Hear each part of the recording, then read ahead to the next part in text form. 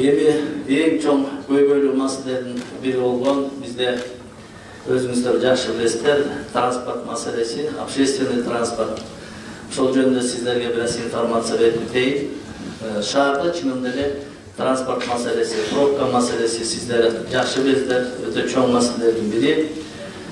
Биздин президентибиз Садыр Нуркожоевичтин колдоосу менен, кабинет министрликтин колдоосу менен быйыл 1000 газомоторный, газ менен жүрө турган двигатель менен 1000 автобус алынат жол койдук.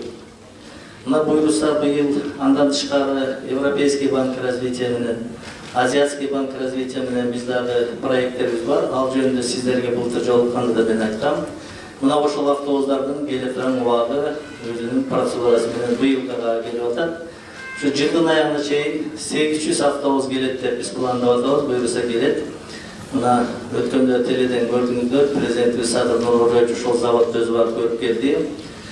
Биз ошондой автобусту Кытайдан алганбыз, 120 автобус, сапаты жакшы, Евростандартта жасалган автобустар. Бул биздин шаарыбыздын экологиясына дегеле биздин шаардыктардын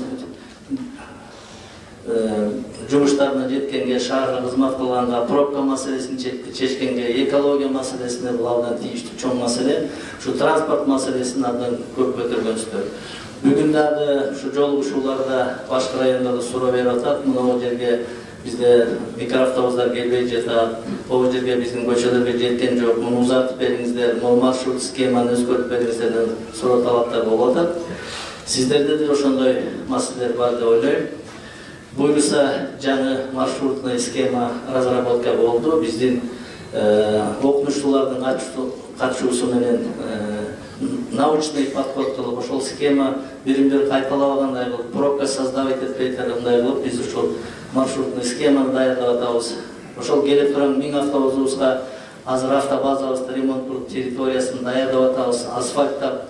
Андан тышкары жалаң эле автобустар эмес, ошонун сервисный обслуживаниясына карап атабыз. Автобустарды алгандан кийин аны ремонттош керек, содержать этиш керек, туура эксплуатация кылыш керек. Өзүңүздөр жакшы билесиздер, мындан 7-8 жыл мурда 320 автобусту Нариман Түлеевдин убагында алынган. Анын баарын азыркы кезде биз списывать эттик. Бир канча жылдан бери турган, азыр ошол территорияны тазалап, ошол жерге жаңы газ менен жүрө турган автобустар келет. Андан тышкары эки жылдын жарымына чейин калган 500 автобус келет. Ошондо биздин эсеп боюнча 1,5 миң автобус шаарда жүрө турган болот. Анын схемасын, программасын да разработка кылдык. Сиздерге азыр кайсы автобус, канчанчы номердеги автобус кайерге келгенин телефонго приложение кылып беребиз. Программа разработка даярдап койдук.